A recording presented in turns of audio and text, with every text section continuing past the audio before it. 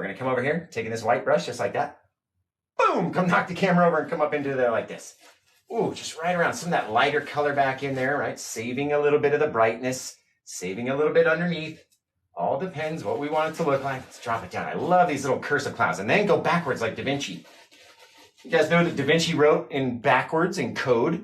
He would write like in this backwards mirrored language where you would literally need a mirror in order to read it. And that way the church couldn't come in and find out that he was, doing all sorts of stuff he shouldn't have been. For back then, anyway. A little bit of our reverse Da Vinci clouds is what we'll call them. Reverse cursive Da Vinci clouds. It's a long title. So let's come back in here. All depends, what do we want this cloud to look like, right? All depends on the amount of paint and pressure and practice that we have on our brush, right? So all of our paint up here, nothing on the brush, brand new clean brush. I don't know why my nose keeps itching. I'm sorry. Every time you see me pull my hand away like that, it's because my freaking nose keeps itching. Are you guys talking about me right now? Or is that ears ringing? I can't remember. Can't remember which one it is. So I think it's when your hand itches that you're going to come into money. So maybe someone's going to buy a painting of my nose. I don't know. That's why it's itching. I have no idea. Okay. We're going to take our brush like this and come in with just the corner, right? Just the corners. We're going to come around and we're going to go out and we're going to go over it. And just based off of our pressure, we get to decide how bright it stays and how much it mixes in, right? All depends on us. Don't worry if you end up coming over your cloud or your tree like that. We're going to pop it right back. But also, watch, if you just pull some of that color away, pushes our clouds back that way, like a little sequin pillow. You can slide the color over this way, slide it over that way, move it back and forth, right? It doesn't dry instantly like acrylic, right? Like acrylic. Ooh, no, acrylic's cool. Acrylic's cool. I don't know how to paint with acrylic. I can't do it. I can't. So I have to pretend like oils are better. But no, they're all different, right? There's lots of people that can do some amazing things with acrylic. And when I paint with acrylic, it looks like a 4-year-old's painting. I swear on my life. So it's all about, again, even with acrylics, the amount of paint that's on your brush, the amount of pressure that you're using, and practice, right? I have no practice with acrylic. Therefore, how can I expect to be good with acrylic if I've never used it before? Doesn't work like that, right? It doesn't work like that. So let's see. I want to put like a little baby sun, just a little sun, like way back. I mean, you could either put it right here in that brightest area right there. We could put it back underneath these clouds, like way off, way back here maybe. Because I wanted to have a few bits of foresty trees coming down, right? I was going to put a giant mountain in this one first. And then I went back and I was looking at that Mortal Kombat TikTok video that I have on my page where it changed the painting into like this deep red sky paint. I was like, oh, that's cool. I'm gonna go upstairs and paint something like that. So we changed our whole idea. We're gonna have some trees into here, right? That's gonna be popping up. So we can't put it too low. Or if we do put it really low, we're gonna have to put it like right in the center of where our waterfall is gonna come down. So that way there'll be an opening. You guys let me know. What should we do? Should we put it up in the sky, down below the clouds, or like right in the middle of the waterfall opening? And it's just going to be a little baby one. Just a little. It's not even as big as my fingertip. It's just a little teeny tiny brush. What do you guys think? Thank you for the follows. You're amazing. I love you. Let's see. Higher, up in the sky, below the clouds, in the sky. Man, that is like a deep orangey, just woof. It's actually more red in person than it is on the screen. Hey, Maggie just became a member of the team. Thanks, Maggie. Let's see. Up in the sky says no F's given. That's what I'm thinking. Right above the clouds, about in the middle. Right either there or there. And we may need actually the bigger version of this brush because we're on such a bigger canvas that you would imagine. So let's go up one size, right? Still smaller than my fingertip, just not as small. Now what we're going to do is come over here and mix this in like that. A little bit of paint, right? Not a whole terrible amount, but only on the one side. We don't need it on both sides, just on the one side. And this is my favorite thing to do. Just on the one side, not the back side, just the front side. And then we'll come up here like this. And who knows, either there or there, there or there. Josh, what are we going to do? Yeah, you're going to come over there and just pop it. Boom, there it wanted to be. That's where it wanted to be. We're going to spin the bristles around just like that. Boom, one spin, one full rotation.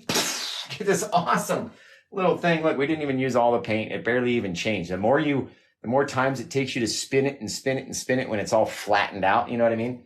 The more this is going to change into the sky color, the more color you're going to transfer onto your brush. So all depends on the amount of pressure, right? And I don't know why everyone's like, I can't believe no one's ever talked about the amount of pressure before. And this is the first time I'm hearing of it. And it's really helped me out with my clouds or my mountains or this or the palette knife or whatever. I can't be the first person, right? And you know what that means? You know what that means? All the other art teachers are keeping that crap secret and they're not telling you, right? I tell you everything. Everything I know. Everything I know, I want to relay to you to make your painting journey easier than mine has been, right? Because I never took a class. I never went to art school. I literally watched some Bob Ross videos. I went inside because I used to watch him outside in our little gazebo thing. I would go inside and I go, okay, I just watched this. I'm going to go try it. And I would try it and I go, oh, mine didn't really come out like his. Why not? And I would go back and watch the episode again and then try it again and watch the episode again, then try it again, right? Looking for what he wasn't telling us, because that's what you got to look for. Like all the little stuff that your instructor is doing that they're not mentioning.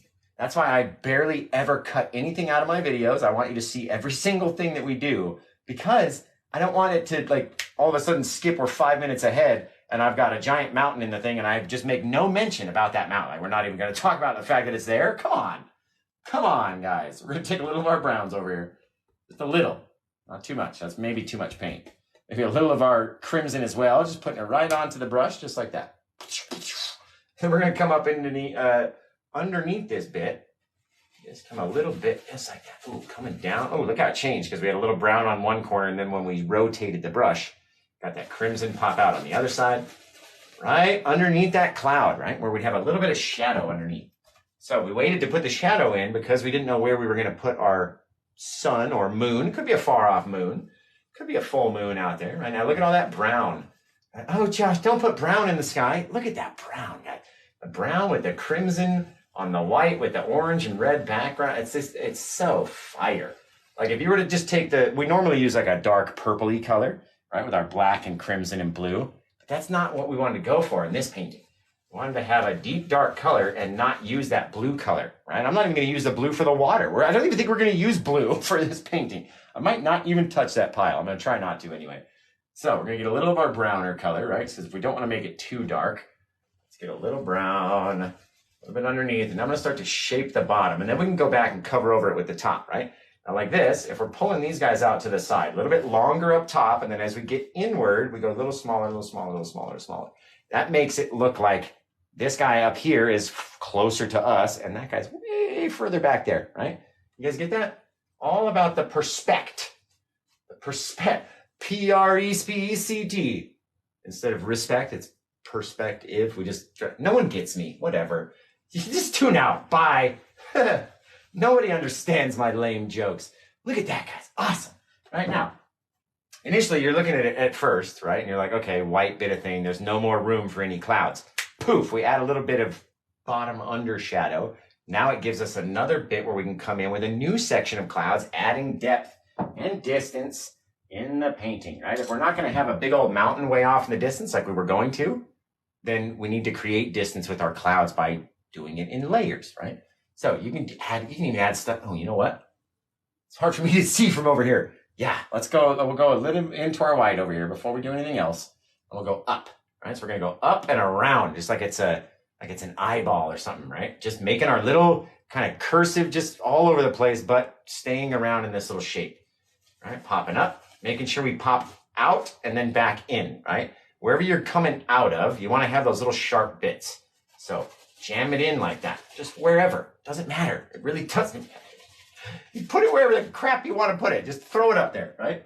That's the best part. Because no one can look at you and go, excuse me, that cloud doesn't look like a cloud. You're like, yeah, it does. It does. Just give me a second. It will. Okay. We're going to take the brush just like that. Same brush, same one we've been mixing around with the white and the brown, right? So it's got every color that we've used is now on the brush, right? So we'll come up here and just based off our pressure, I'm going to try to get out of your guys' way as quickly as possible so you can see it and try to stay down here, right? And the more we mix it, the more it starts to turn pink because we got all that crimson and red back there. Then we come down here and I'm going to use a little bit less pressure, especially when we get to this bit of white. it being right next to the sun, might be attached to this cloud. It needs to stay brighter white than this is. But see how that's already darker? It's already faded away and mixed in with all that dark color. So again, same brush, haven't done anything, haven't even dabbed. We probably should. Just dab it off on a paper towel. Couple little dabs, right? It sort of cleaned it up pretty good, actually. You don't need to beat the devil out of it every time. Now we're going to come in here. We're going to start making our circles. And then as soon as we contact the canvas, we're going to start moving, right? Very lightly, very small, very little bit of pressure. I don't know which is easier for me or for you guys to see. It's probably this way. So we're going to come in like this, just so small. As soon as we start hitting the canvas, we're going to start to move. And then we're going to stop and we're going to look at it. We're going to go, okay, maybe back here it wouldn't be so bright because it's kind of further away from the moon. So why don't we take this bit and mix it a little bit more. It's a couple, 3, 4, 5, 6, 7 times, however many times, right? Pushing it up, blending it in, getting it away, right?